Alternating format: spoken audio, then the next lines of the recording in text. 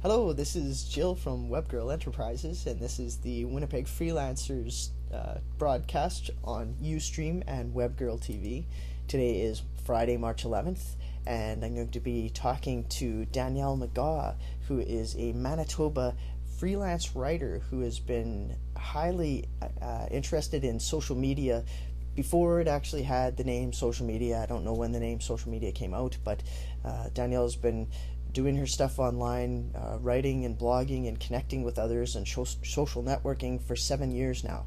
So I think that's before social media officially came out. Anyway, so let's talk to Danielle and let's hear a little bit more from Danielle, what she does and how she came into doing what she does and why she does it. You're on. Okay, hi Jill. So where should I start? I started freelance writing about 7 years ago, a little more now, probably closer to 8. And I started because I was a single mom and I had a day job, which was actually more of a day and a night job. And I really just didn't want to spend any more time away from my kids than I already was. So I wanted to do something from home, and I'd always liked writing. And I had already entered the blogosphere, and someone suggested that I should start trying to make some money freelance writing. So I looked into it and started off with a couple of really low paying gigs, and it just kind of built from there. Wow, that's excellent. After a while, probably maybe after 6 months of kind of trying to feel my own way around, I met Sharon Hurley Hall, and she's a freelance writer that's now based in the Barbados, although I think she was in the US when I first met her. And she helped me out a lot. She kind of pointed me in the right direction, gave me some ideas on, how to apply for jobs and stuff like that. And then after another month or so, she actually took me on to her writing team, which gave me some great experience on how to actually write web content, because writing web content is not the same thing as like writing for a small newspaper or writing for magazines or writing short stories. It's a totally different world. So she helped me out a lot with that, and I don't know, after that it just kind of exploded from there. Wow, And that's there great. were times when I actually had more work than I could possibly handle and had to start kind of turning people down because I wasn't ready to quit my job yet. And so I've kind of bounced up and down along the scale for Okay, the past 7 years. fair enough. So is this your full-time job now? It is. Okay, In August of 2010, I started full time. I excellent. left my job where people thought I was nuts at first. I left my job. I was making good money, salaried, health benefits and all that good stuff. It was fairly secure. There was no chance that I was likely going to lose it or anything. People thought I was crazy in this economy, but I knew I could do it, and I knew I had to do it because that's all I thought about. All I thought about was going out on my own. So I knew I had to try it. Excellent, excellent. So what has been, tell me first of all, the most rewarding part of going out on your own, and then the scariest part. Well, I think it's, you know what? It's the same thing. The scariest part when I first started going on my own was, am I going to make enough money to survive? Because, I mean, there's 4 people in my family, 2 teenagers, and teenagers eat a lot and have a lot of needs. And, it was just, could we really afford to lose my income from my day job? That was our biggest worry. We went over the numbers, and I was fortunate enough that I had one client that would take up most of what I needed, Oh, probably about 50% of what I needed. So after that, I just needed to kind of double that. So, but, it was still a risk. excellent. And Yeah, then the most rewarding, I guess you would say, has been finding out that I can, and that the money is out there, and that if you work hard and you have a good work ethic, the money's going to come in. yeah, People will come to you. yeah. Well, excellent, excellent. So in terms of people coming to you, how many, like, what kind of jobs come to you, and what kind of things are you wanting to do right now? What kind of jobs are you looking for? I actually don't actively look for jobs anymore because I don't really need any more jobs, and time wise, if I did take on more jobs, I'd have to hire people. Oh, okay. Okay. So, or I could take very small jobs, and I occasionally do that. Like the guest post that I did for Bo Kaufman Right. was because we know each other on Twitter. So I did that, and I have clients from the past who I've done small jobs for, and they quite often come back to me, and I will take those jobs because I've worked for them in the past and we have a relationship kind of thing. But if somebody brand new came to me and said, I need you to do this $5,000 job, I would have to hire somebody to help me out with it, Okay. Okay. which is good too. I'm not close to that option. I'm actually considering taking on one or two freelance writers that, you know, can fill in the gaps when I can't do stuff. Oh, really? So Okay. it's a possibility. Okay. So at this time, maybe you're looking to connect up with some of your peers more to find out, start that relationship kind of level as opposed to looking for clients. Right. Okay. Yeah.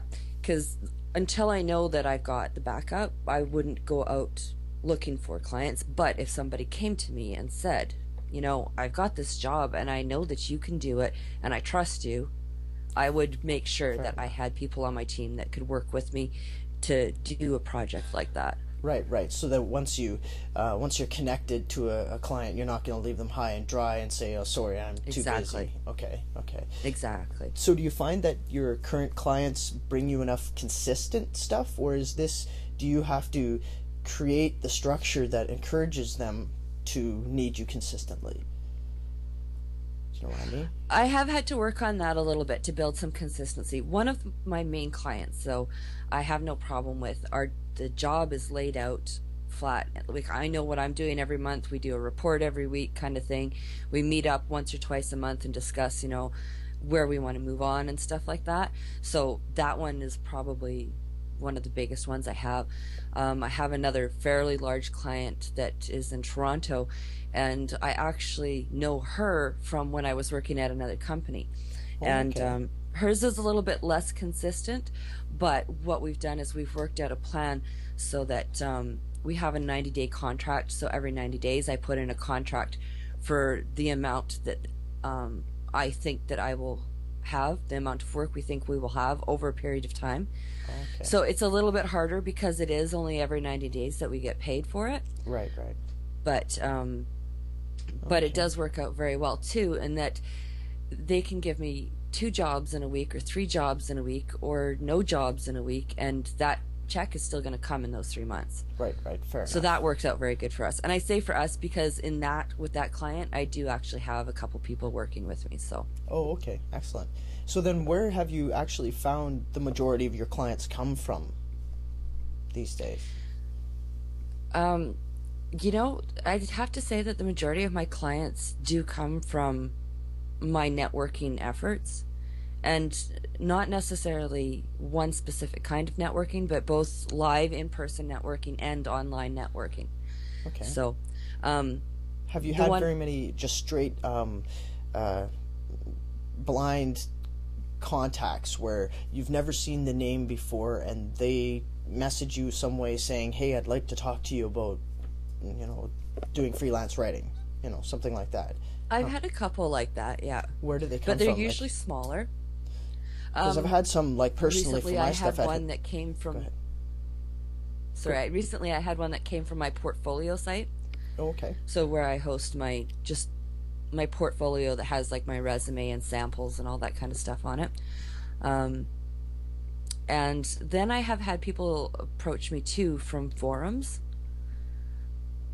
Oh, okay. So No, that's that's fair. not quite completely blind because I usually know their name from the forum. Right, of But course. But it's still, yeah, it's still not somebody you necessarily directly interacted with. It was just somebody who was around right, and, as is common on the internet, passively saw your information and went, "Hey," because it kind of floated by them in some way, and then they decided yeah. they were interested in it. Okay, okay. So, let's see. I had another question that disappeared. Darn. So then, the projects that you're okay. So tell me a little bit about some of the exciting projects that you're working on these days. Things that you're excited, and even if it's not necessarily a work project, a pet project is fine too. Okay. Well, I'd have to say for work projects, probably the most interesting and fun one that I work with is with Robertson College. Okay. Robertson College is a private college in Winnipeg, based in Winnipeg.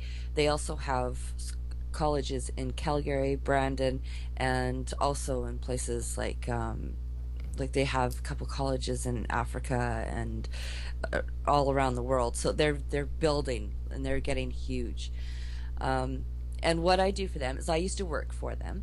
I used to teach one of their programs, and probably, let's see, so it's been a little bit more than a year ago, just a little bit more than a year ago. I went to one of my superiors, who runs the online efforts, and he was saying that he had a couple of domains that he wanted to put to use, and I said, well, let's start a blog. And he said, okay, well, write me a proposal and tell me what you do with it. So I did, and I ran it for about a month for free. And then I said, so went and met with him, and I said, well, what do you think? And he says, yeah, we got to keep doing this. Let's talk about making a plan for payment. And so we made out a plan, and that blog turned into the robertsonreader.com, and that's our main blog. And then, of course, we also have a Facebook page, which is facebook.com/Robertson College Winnipeg, although that is our Facebook page for all of our college centers. And we also have 2 Twitter accounts. One of them is more focused on administrative fields, so like legal administrative assistant and accounting and payroll, that kind of thing. And then we have our main one. So I manage all of that for them, and that's just one of the most exciting things that I've ever done, because it's brand new for Robertson College, and I really have a lot of say in what I'm able to do. Yes. I can approach them with new ideas and stuff like that, and most of them go over well. So Excellent. So it sounds like they're pretty open-minded then. yeah. Okay, good. Yeah, Good. they really understand how the whole social media realm is very important if you want to connect with people. And they're all about their students, which is one of the things that I love. Their students are everything. They know that if the students aren't happy, nothing's going to work. So, we want to connect with not only our current students, but, those potential students that could come up. So that's my job, basically, is to connect with future students that are maybe looking at other educational options. They maybe don't want to invest 4 years in university, or they're looking at a very specific line of work, and that's where we come in. So Right. Yeah, that's excellent. Yeah, yeah, and so certainly that's just been thrilling. that's great. Yeah, it's great to see a project that you created, you dreamed up, and you got the support for, and it's actually being used with a lot of people. Yeah. And certainly, if you don't have social media stuff and if your organization, especially as an education facility, I would think, if you're not connected that way, the kids are these days, the ones that are going to be going to your school, the majority of the students going to your school, I heard a story yesterday on, I think it was Mitch Joel's podcast. I was reading or listening to one of his old ones, and he had somebody on who was talking about how their 22-year-old nephew decided that he needed a dentist, and he took out his phone, and he just kind of went around and found the Google Places thing came up of the closest dentist, and that's how he chose his dentist. So while that's not exactly social networking like you're doing and stuff, the presence, just having that presence is like, if you're not there, they don't see you. And there could have been Exactly. 5 dentists along the way, somebody who could have been right next to his building that he didn't know about and he didn't see because, well, it wasn't on his little unit that he uses to interact with the world. Yeah. So yeah, that's great. So do you have access? Do you know how much traffic that site gets at all? Have you seen the increases in traffic? Oh yeah, it's definitely been increasing. It goes up by a couple hundred every few days sometimes, and it goes back and forth depending Of on what course. topics I use too. Hey, Mm. I'm kind of still experimenting around to see what people are really interested in, but yeah, it's definitely, our Facebook page has grown by 300%, I think, Nice. this year, and hopefully by next year we'll grow 500%. Oh yeah. It's always building, so. Yeah, yeah, for sure. That's excellent. So tell me a little bit more about your thoughts about creating content that people like to read. Like, just like you were saying there, you're still experimenting. What are some of the things that you think about that kind of stuff, your experiences? Well, I think, it depends on where you're going to put that content. And, it always depends on your purpose too. If you're writing a blog and you're doing a blog post, you've got to be approachable. That's number one. If you're not approachable and you just sound like a salesperson, people are gone from your page within seconds. So you need to sound like you're a real person, which you are. So, let your personality come out a little bit, right? Yeah. Um, I think that different venues like article marketing is going to be a different thing altogether. If you're doing article marketing for your business, which is basically things like eZine articles or goarticles.com or buzzle.com, Infobarrel. Okay, those are all article marketing sites where you can use to get information about your website, about your business out for free. Hmm. Okay, so when you're using things like that, you've got to take the personal element out in those cases and make sure that it's informative. Make sure that you're giving them some kind of value. And if possible, try to give them some value that's not already out on the internet. Because, if you search for how to succeed at blogging, you're going to find 15 of the same articles, right? Right. So if you can give them a how to succeed at blogging article that has something that they've never seen before, you're automatically giving yourself expertise and value that is going to keep them coming back for more. Right, right. Yeah, that's definitely a really good point. I just changed my video and I don't know how to change back. Oh, hey, there we go. Excellent. So, yeah, that was a really good point, talking about the difference between writing for eZine sites and writing for your blog. So, the personal effect, like how much more personal is your blog versus the eZine articles? And especially for a business one, you're marketing your... I don't know how it works. I'd like to hear. Go ahead. Well, okay, if you look at my blog, okay, I have two blogs, right? I have my the social freelance writer blog, and then I have another blog called A Dynamic Life. Right. Okay, if you look at those two of them, you'll see a huge difference because there's two different audiences. A Dynamic Life is more, it's all about me, basically. It's my blog, it's my place. I yap about whatever I want to yap about, and my readers know that. The people that come to that blog know that this is about my life, and they expect personal. Whereas at the social freelance writer, it is to promote me as a social professional. So I can't be as personal in there. But I still choose to be personal by doing things like telling stories, sharing my experiences. You can insert a little bit of humor. You can mention things like I mentioned that I have kids on there sometimes, hey? But if I mention that I have kids, it ties into what I'm talking about. So if I'm talking about Twitter and I mention my teenager, that's being personal but not unprofessional. Right. Yeah, being authentic. Yes. Okay. Yep. And not unprofessional. Right, right. Yeah, that is a big line, and that is when I talk to business people about blogging, that is one of the questions, one of the sub-questions that isn't really asked when they say, well, what do I blog about?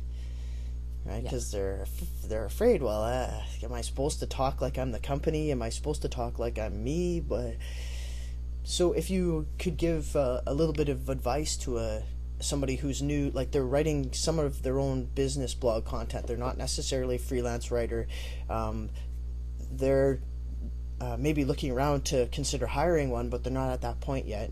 What are some things to think about when they're looking for freelance writers, for one thing? When they're looking for freelance writers, I know I kind of changed the direction there. No, I'd say one of the most important things, if you're looking for a freelance writer, make sure, first of all, that you can get references. If you can't get references and they don't have any, don't hire them. period. No ifs, ands, or buts. Hmm. I don't care if they're new. They need to have some kind of references, whether it's directly related to their writing or related to something else that they've done. It could even be an employer that they've had in the past, but have somebody that can speak up for them.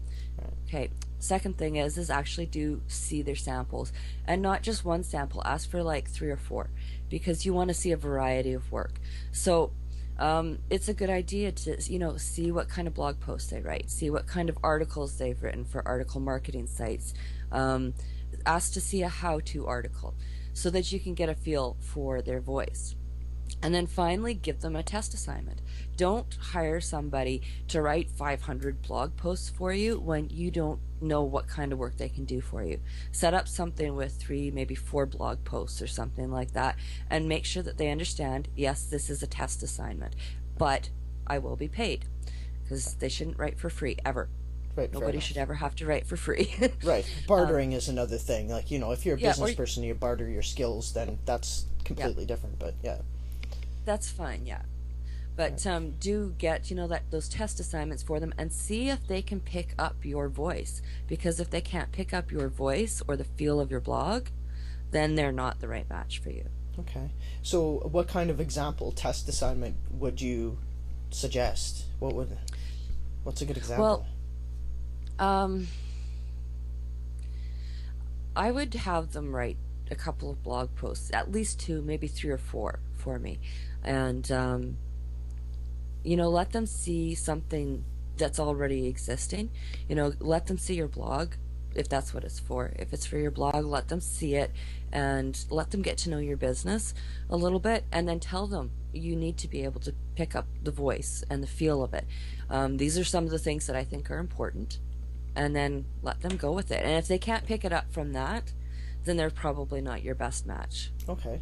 And I know that sounds like a huge amount of work, but there are like zillions of bloggers out there that could potentially be writing for you, and if you put out an ad for a blogger, you're going to get hundreds and hundreds of responses. So okay. you need to be able to quickly look at what they are able to do and decide within a few minutes they're right or they're not right for me, and then move on. Right, fair enough. Okay, so wow, I was just thinking about having a whole bunch of saying that you want this and then getting so many responses and trying to figure out which one to work with. But I suppose business people in general, we have to sift through that amount of information and make our own decisions, and a lot of the time it doesn't really mean that we're going to look at all of the applications, and that's where it always means it's good to be the first responder, or one of the first responders, because you actually have the potential of getting the attention. All right. And because it can be a lot of work to go through all of those submissions that you potentially could get, you can always have somebody help you. If you have a receptionist, she knows your business, or he. Yeah, for sure. Yeah. So, get them to look over a few of them. It doesn't have to be always you. If you have other people in your business, let them help you out. Yeah, for sure. Delegation is definitely a big thing in business. So, do you know anyone that actually, or do you yourself have almost like, okay, how do I say it? I'm looking for, if I'm a business owner and I want to get some freelance writing done, and I want it to be Manitoban, possibly. Do you know anyone that I could contact and say, hey, do you know anybody locally or in Manitoba that's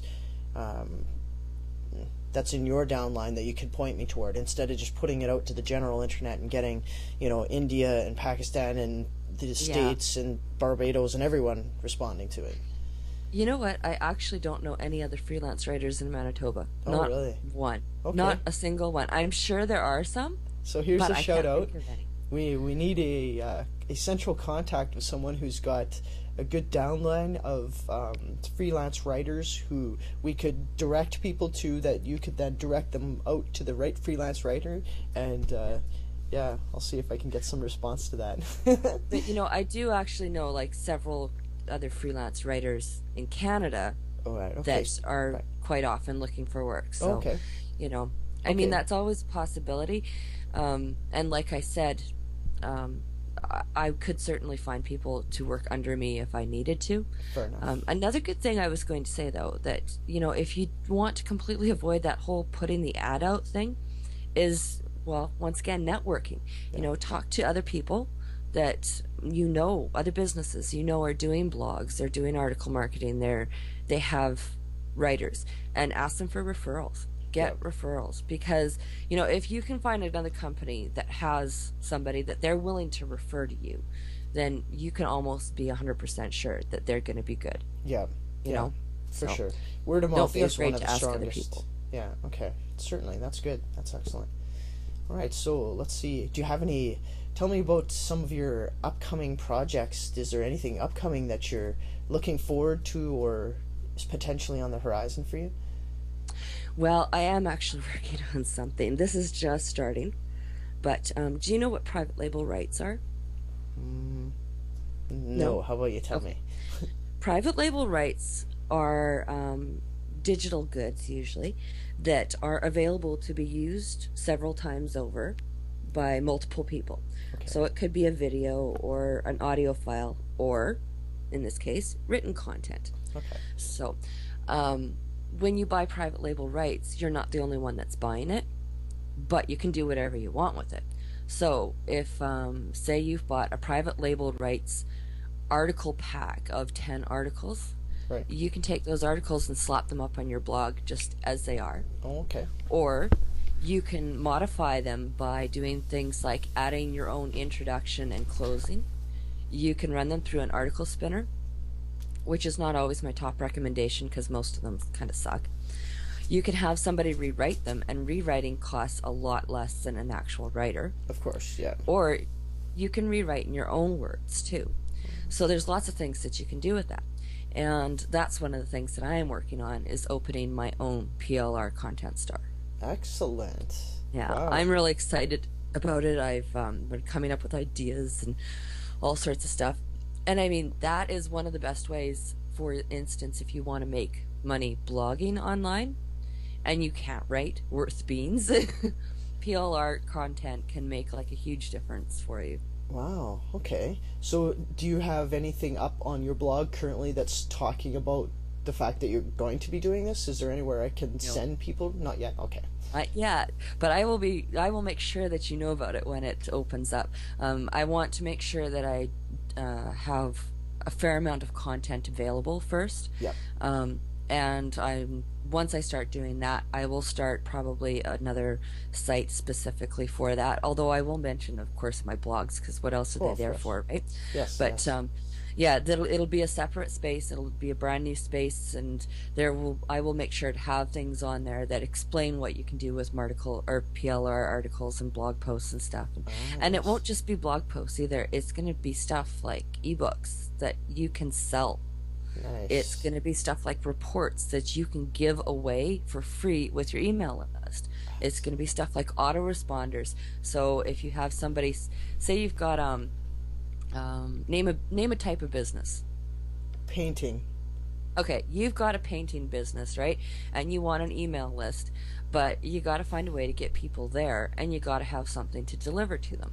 So what do? You create autoresponders, which is basically something that's sent out every week or every day or twice a month or something like that, that's already prepared, so that when people sign up for your painting list, automatically they're going to get things like helpful tips on how to choose a paint color, or how to prepare your walls before you paint, that kind of stuff. Exactly. So they're going to get stuff like that. And when you use PLR for that, you actually don't have to worry about changing it at all, because chances are that somebody who signs up for your email list isn't going to sign up for another email list that has the same thing. Right, yeah. Okay. Wow, that's excellent. So is there going to be any opportunity for other people to perhaps donate some content that would... Okay, wait. Let me step back a question. The content that you... So people are buying the content so that they can reuse Right. it? Okay. Right. So then, going back to that, the nice thing is it's way, way, way cheaper than buying than hiring somebody to write fresh content for you. Right. Oh, for sure, for sure. So what about, like, are you going to have any options where maybe some of your fellow freelancers will be able to make use of your store by selling some of their stuff through some agreement with you? Quite possibly. I've been talking to one other person about that, so that is quite the possibility. I also might just hire out some of the work and have other freelancers to write the content. Yeah. Not all of it, but some of it. Right, so right. that they would have the opportunity to make some money right away. Like with PLR content, if you're selling it, you're not going to see the actual value of it for a period of time because it's so cheap. Oh, yeah. But if you were hired to write PLR content, you would get payment right away. Yes. Okay, that's the difference. And Fair so, enough. yeah, that is a possibility. I very well might hire a few people to write some of the content for me. Yeah, or even just first of all, kind of put the word out and see who by their own energy wants to create content that would be sold on there. That, yeah, I don't know what the deal would be, because you want to make sure that you get a little bit of profit from the fact that it's your site, right? But at the same time, if they're willing to put in a bunch of energy and not be paid up front, that would increase what they can get from the sale. You know, I don't know how it would work anyway, but the whole thing is then you don't have to worry about paying somebody to do it. You're actually it's their energy that is paying them, right? Yeah. They're doing it because they want to. They're motivated to do it. It's exactly. a different group of people than the ones that are willing to get paid to do it, right? Yeah, for sure. So, yeah, that's really interesting. I'm definitely looking forward to hearing more about that, because I can certainly hear some places there where I could make 10 articles and, you know, put them up on there without much work from you. So I'm interested to hear more later on. So that's great. Okay, that's great.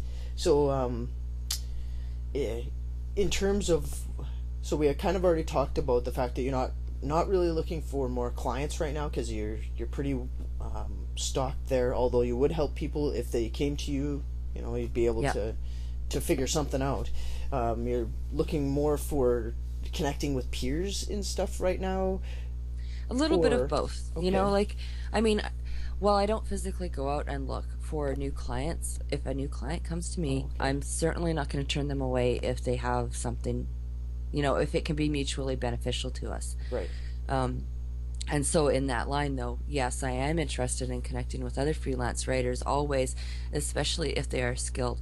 I don't know how much you've heard about this, but I got to tell you, as a freelance writer, and I'm not trying to knock other freelance writers, but as a freelance writer, there's a whole load of freelance writers, and I'm doing the little quotation marks thing right now. Well, yeah.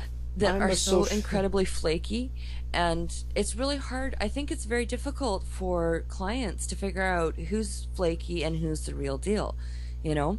Yes. And I think that, you know, putting together some kind of, I don't know what the word is, some kind of organization even of freelance writers in Manitoba that are skilled and have ethics and deliver work on time and spend the proper amount of time with their clients before they actually start the job. I think having something like that would be so beneficial to the clients that want to hire them. Oh yeah, for sure. Well, it sounds like do you read Seth Godin at all? You listen to his stuff? I've only really just started because I think the last time we talked you had mentioned him. Oh, okay. And you know, I know who Seth Godin is, but right. I've just actually, he's not kind of top of my list type yeah, thing. Fair enough. You have a lot of people to read in your subject area.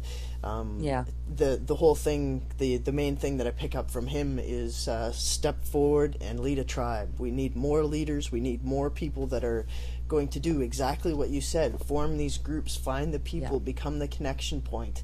And everybody's just kind of milling around confused, looking for a leader. So as soon as a leader emerges, then the group polarizes around them. And you know, so, and that's what the internet is allowing us to do, is allow individuals to be leaders far beyond what we were able to do before the internet. So so certainly it sounds like you've got an interesting future, and you've got lots of stuff that you're doing, and I was really excited, really happy to hear your transition story from your secure employment position to making the leap and taking that step. And because that's a really brave step that a lot of people, they're kind of playing around with it, but they're a little afraid to make that step, especially a lot of people would rather know, oh, well, if I had my full income replaced, I'd do it right away. But the reality of it generally is that you can't get your stuff fully replaced until you actually put your full attention on it, right? Yeah. And you know what? If somebody is already doing some sort of freelance work and they want to move into doing it full time, there are a few steps that you can take to kind of take away the gamble a little bit as much. I mean, you can do things like putting aside some money, obviously. If you can put aside 3 months worth of your expenses, then you'll probably be fine. Mind you, I didn't, because with teenagers that just never seemed to happen. Yeah. But I mean, that's something that you can do. You can also do things like making sure that you have the proper business skills to go into business for yourself. You need to be able to handle your money. Now, I don't. I will be the first one to say I am not a money person.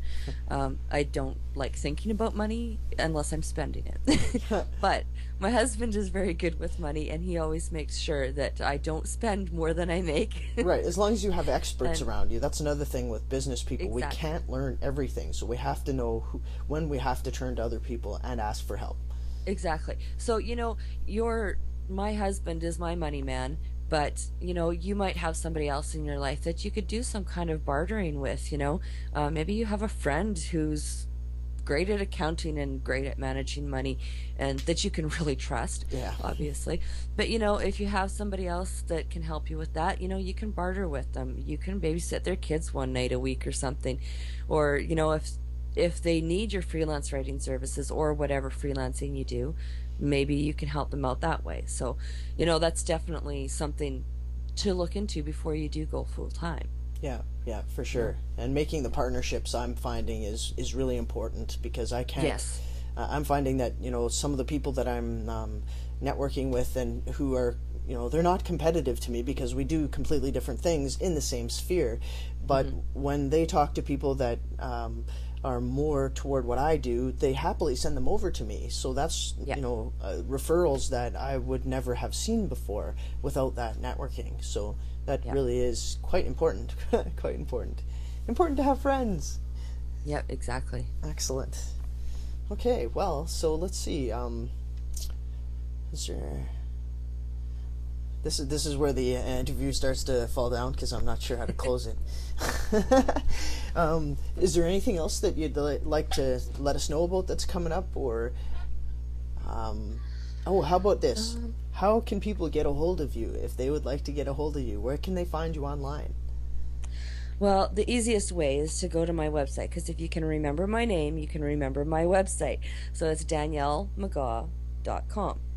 And I have a comment or a contact me form on there. So if you want to contact me, but you're not so, you're not so sure about how to find me, just remember my web address, DanielleMcGaw.com. Look for the contact form, and you can send me an email through there. Right. If you Google me, you'll also find various other ways. Like I have an About Me page. I have a what else is it? There's another page. One page it's called, that has all of my contact information on there as well. Excellent. By Googling me, you'll also easily find my Facebook page. Right. And I generally accept all friends. Okay. So you can always add me as a friend. The only reason I wouldn't accept a friend is if you said kind of, scary, weird things to me. Yes, fair enough. But in general, I accept most people as friends as long as, they don't look like they're stalkers or something. So, if you put my name into a search engine, you'll find me in about 3 seconds flat. Okay. So then if is the Danielle McGaw site the best place to go to see a sample of your work? Or is there other places you'd also like to send them? Well, I also have a portfolio site, which is DanielleMcGaw.info. Okay. And that is where I usually send my clients, because that site has samples on it. It has some examples of blog post structures. Like, for example, I've set up a few little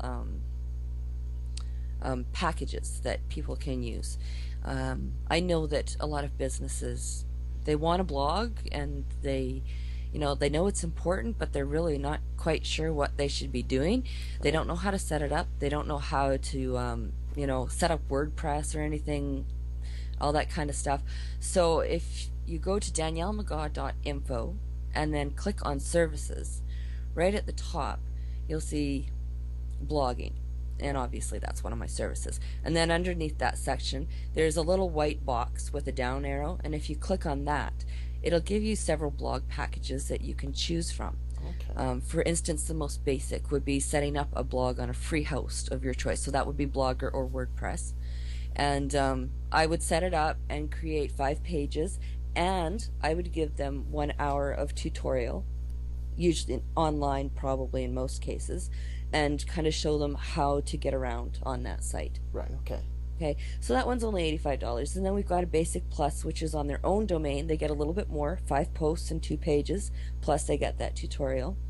And then there's an advanced package. And then you can order all these little extras. Like, if you want the blog set up, but you really don't want anything to do with it, you can hire me to write, to post on relevant topics every week. Right. Okay. You can get extra tutoring. I can get a unique header made for you. I can even get a unique theme made for your blog. Oh, Now, that header and theme, I won't do those. I would outsource them, but right. Okay.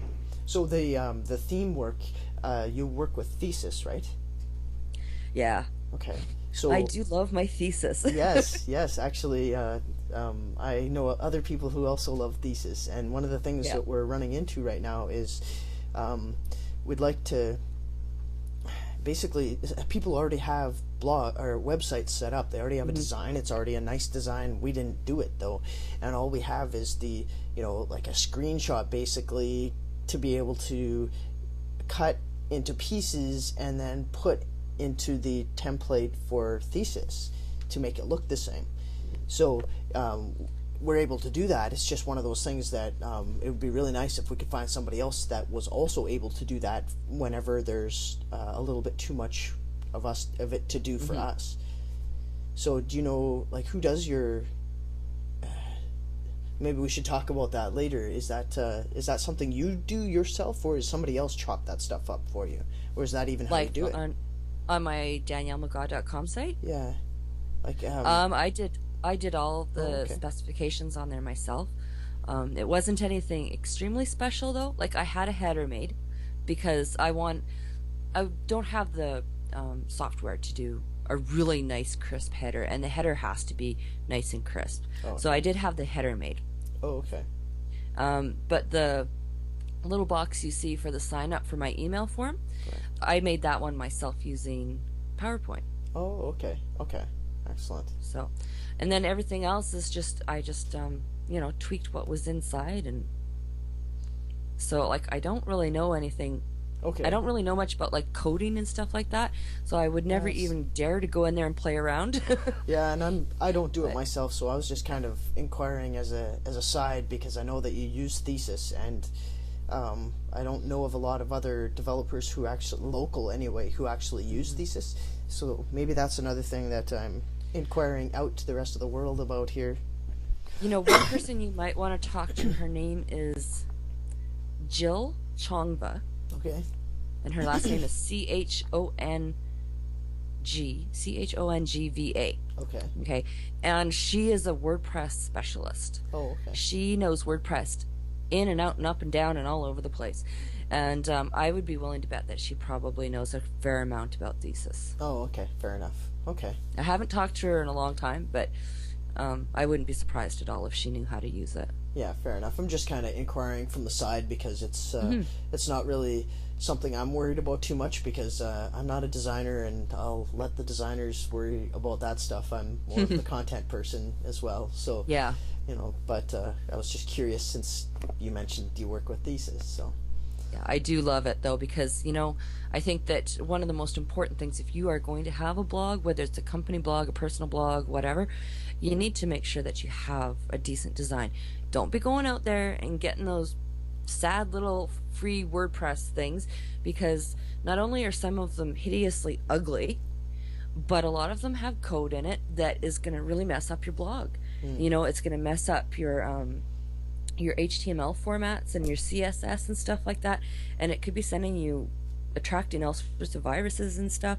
So absolutely never go for one of the free WordPress blogs that you can find all over the internet. If you have to, go free. Okay, yeah, right. The free ones through WordPress.com, though, or WordPress.org, right? They can even be not great. If I get one they don't check them. Right. If I do get one from WordPress.org, I always search for one specifically with SEO. So if you get one where SEO is one of the tags, then you can probably be pretty sure that they're okay. Okay. But there are a couple of places where you can get some free ones. There's like a site called Woo Themes, WOO Themes.com, and they have some really nice free themes that you can use instead of their paid ones, and they're nice and clean, and they've got this really beautiful back end that just makes it so easy to do things like make sure your meta tags are right and stuff like that. Excellent. Okay. So I would always recommend one of those if you can't afford to pay for something. Right. Yeah. Fair enough. And I mean, that is, I'm what do you call it?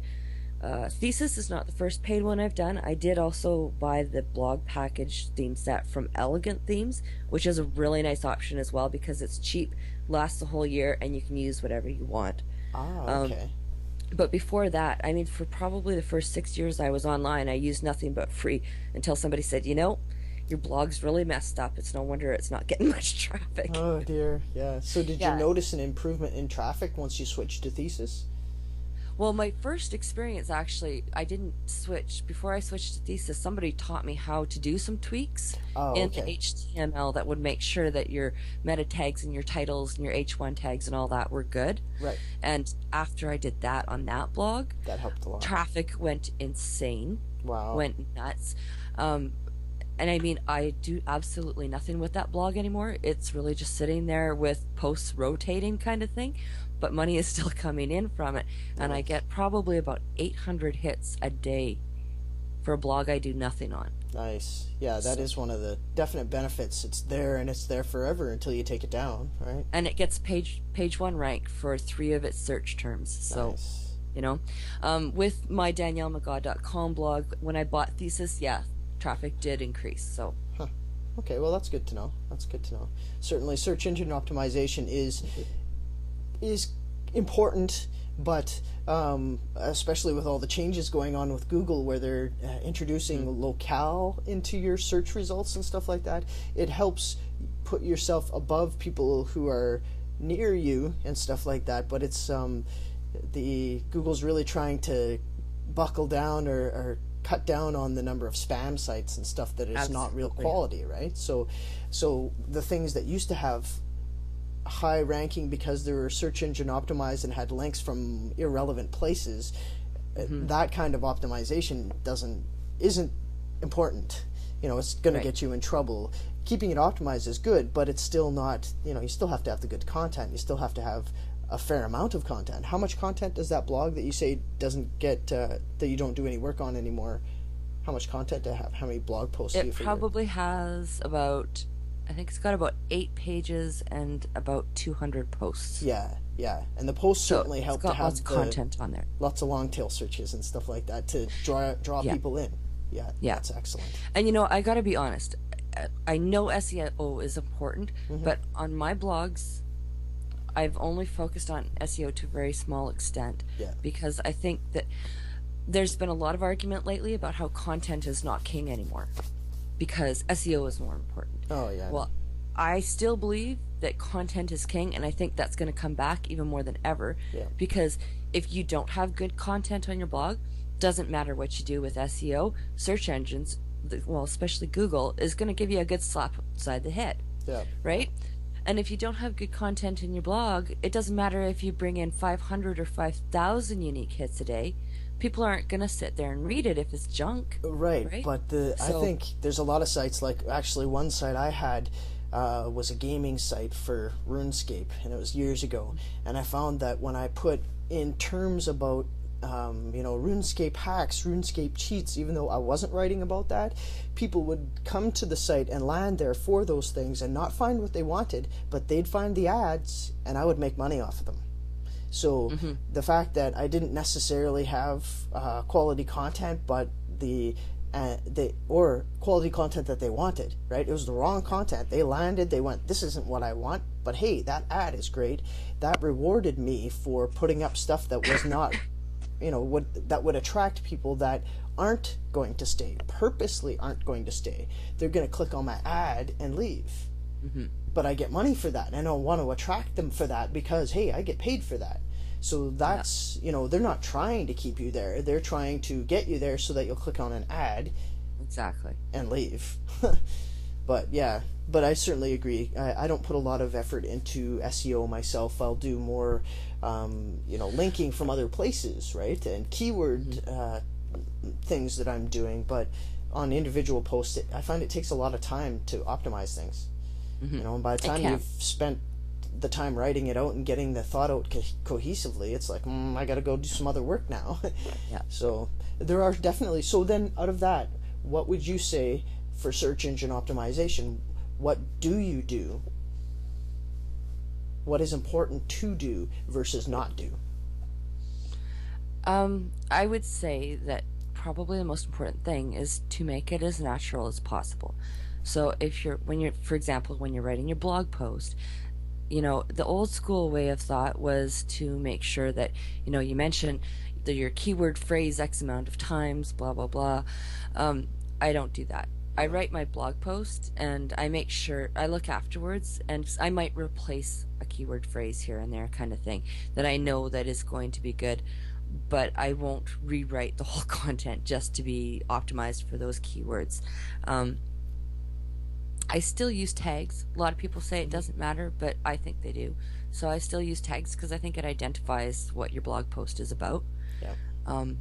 I think probably one of the most important things is to make sure that your blog does have proper tags. Make sure that, your title tag is what your blog is actually about. Have a meta description. Make sure that the right things are getting your H1 tags and stuff like that. Right, yeah. So that's general overall design as opposed to the individual post. Yeah. And then, of course, there's, your backlinking strategies. And I think the more natural they are, the more Google will like it. So if you've got 50,000 links coming from e-zine articles, Google's not going to think that that's a really great thing, I don't think. Yeah, you're going to get some benefit from it, but it's not going to be the same as if you had 5 at e-zine articles and 5 at Go articles, and you've got a guest blog post out here and a guest blog post there, and the more natural it is, the more they like it. Yes. And the thing is too, is that's the same thing with Bing. Bing has always, ever since they started, their strategy has been, the more natural it is, the more we believe you. Yeah.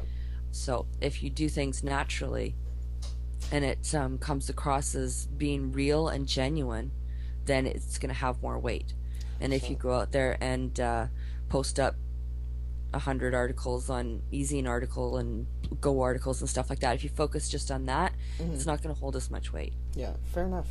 Well, that's excellent. Same thing, keep in mind, same thing if you pay someone to generate backlinks for you. I would not pay someone 5 cents to generate backlinks for me because it's a waste of time. Well, yeah, and Google just nailed JCPenney for that really big. I know, hey? So I thought, wow, like, who is their advisor? Like, who is telling them to do that? Yeah, that's putting money in the wrong place and not knowing what they're doing. Yeah, that's unfortunate, but it's also a great example for the rest of us because we all know that name, JCPenney. Yeah. Mr. Miyagi, black belt from JCPenney. Like, really? Terrible. Anyway. Okay, well, it was great speaking with you, Danielle. I have to move on to some of the next things in my day here, but great chatting with you, and I'll do some work on editing this now and getting it uploaded and stuff, and getting the do you want the video so you can chop it up at all? Absolutely. Okay. I would love that. Okay. All right. Well, great chatting with you, Danielle. Danielle, who is from, is it Swan River? Swan River. Good.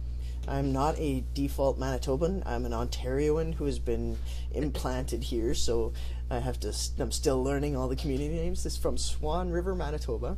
And she's a freelance writer who's been doing social media and social networking for the past 7 years at least, and has recently, as of August 2010, quit her day job and is doing it full time. That's so awesome. Great to chat with you, Danielle, and I'm sure we'll chat again later. Yeah, and you know what, Jill? I just want to make sure that everybody knows you can absolutely contact me. I answer all my emails. I believe in, making contact with people, whoever they are. So if they want to contact me, by all means, go to daniellemcgaw.com and find my comment page, or head over to Facebook and look for Danielle McGaw, or head over to Twitter and look for Danielle McGaw, and I'm in all those places. So excellent. That sounds great. All right. Okay. Great chatting Thanks with you. Thanks a lot, Jill. Take care. You too. Bye. Bye-bye. All right, so there we are. This is the end of the Winnipeg Freelancers March 11th broadcast with Danielle McGaw of Swan River, Manitoba, freelance writer. If you have any questions for Danielle, you will be able to find her because you put her name into the search engine and she's there. Anyway, I will see you guys on the next broadcast. Take care.